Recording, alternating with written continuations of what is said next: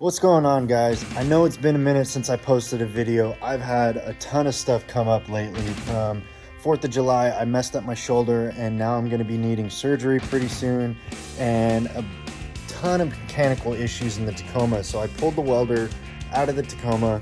I am currently searching for a trailer, that way I can build that out. Going to be doing a video, that'll probably be the next video of me once I get the trailer, building it out and how I'm going to set it up for my mobile welding stuff.